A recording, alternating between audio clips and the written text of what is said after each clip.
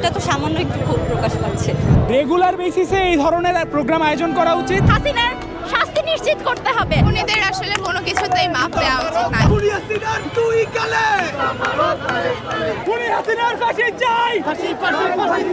এইটার মাধ্যমে সম্পূর্ণ ক্ষোভটা প্রকাশ পাচ্ছে না। যদি ধরেন হাসিনাকে দেশে এনে ভালোভাবে শাস্তি দেওয়া যেত তাহলে ধরেন সম্পূর্ণ ক্ষোভটা প্রকাশ পেত। এটা তো সামান্য একটু ক্ষোভ প্রকাশ পাচ্ছে। গত 3 আগস্ট ফ্যাসিস্ট হাসিনার যে গ্রাফিতি অঙ্কন করা হয়েছিল সেটা কিছু অসাধু চক্র এটি মুছে দিয়েছিল। তখন গতকাল আবারও বিভিন্ন ঢাকা বিশ্ববিদ্যালয়ের ক্রিয়াশীল ছাত্র সংগঠনের উদ্যোগে এই গ্রাফিতি অঙ্কন করা হয়েছে এবং এখানে আজ 1টার সময় সকল ক্রিয়াশীল ছাত্র সংগঠন এবং যারা এই ফ্যাসিস্ট হাসিনার বিরুদ্ধে ছিল তারা আজ এখানে জুতা নিক্ষেপ কর্মসূচি 1টা থেকে উদ্বোধন করেছে এবং সকল জায়গা থেকে শিক্ষার্থীরা এখানে জুতা নিক্ষেপ কর্মসূচিতে অংশ নিয়েছে। Double million offer Walton fridge কিনে পেতে পারেন 20 লক্ষ টাকা, রয়েছে কোটি কোটি টাকার নিশ্চিত উপহার। খুনিদের আসলে কোনো কিছুতেই মাফ দেওয়া উচিত না। এটা আসলে খুব কম রকমের একটা প্রতিবাদ। আমরা মনে করি এই প্রতিবাদে চলমান থাকা উচিত, যাতে ভবিষ্যতে কেউ যদি স্বৈরাচার হতে চায় তার জন্য একটা দৃষ্টান্ত হয়ে থাকে। আমরা 3রা আগস্ট প্রথমে আমাদের 17 বছর কূপের যে পুঞ্জীভূত কূপ ছিল সেই কূপটাকে আমরা প্রকাশ করেছিলাম খুনি হাসিনার এই ঘৃণা স্তম্ভে। আমরা জুতা নিক্ষেপ, গোবর নিক্ষেপ, জুতার মালা নিক্ষেপ। ঢাকা ইউনিভার্সিটিতে এই যে পিলারটা ছিল, মেট্রো রেলের যে পিলারটা, এটা মূলত ঘৃণা স্তম্ভ হিসেবেই পরিচিত ছিল।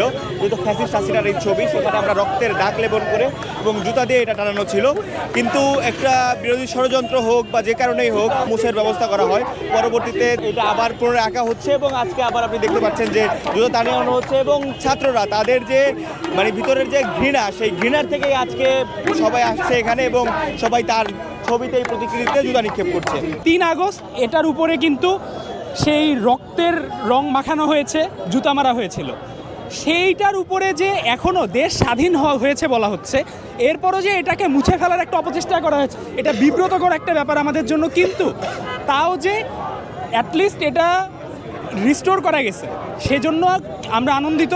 এবং রেগুলার বেসিসে এই ধরনের প্রোগ্রাম আয়োজন করা উচিত, যেন মানুষের মধ্যে সেই ঘৃণাটা জাগ্রত থাকে এবং মানুষ যেন ভুলে না যায় যে জুলাই মাসের 15 তারিখ থেকে ঠিক এই জায়গা থেকে কি তাণ্ডবটা শুরু করেছিল এই ফ্যাসিস্ট খুনি হাসিনা এবং কিভাবে করে হাজার হাজার মানুষ প্রাণ দিয়েছে এবং এই ফ্যাসিস্টকে দেশ থেকে পালাতে বাধ্য করেছে। বিপ্লব মুছে দেওয়ার যে চেষ্টাটা, এটার বিরুদ্ধে আসলে সবার দাঁড়ানো উচিত। যে কোন শক্তিগুলো 6 আগস্ট থেকে বিপ্লব মুছে দেওয়ার চেষ্টা করেছিল, আমরা দেখেছি গ্রাফিতিগুলো মুছে দেওয়া হয়েছে, যেগুলো জাস্ট ওয়াল আর্ট, এগুলো জুলাইয়ের স্পিরিট রাখতেছে না। এখন এই যে হাসিনার মুছে হয়েছে এবং ড্র করে আমরা আবার জুতা নিক্ষেপ করতেছি, কিন্তু জুলাইকে বাঁচানো যাচ্ছে কিনা আই এম নট শিওর। আমাদের এখনো মনে হয় জুলাই আইসিইউতে, জুলাইকে বাঁচাতে হবে এবং হাসিনার শাস্তি নিশ্চিত করতে হবে। এরকম রং ঢং করে হবে না, আমাদের অ্যাকচুয়ালি জুলাইয়ের বিচারটা নিশ্চিত করতে হবে।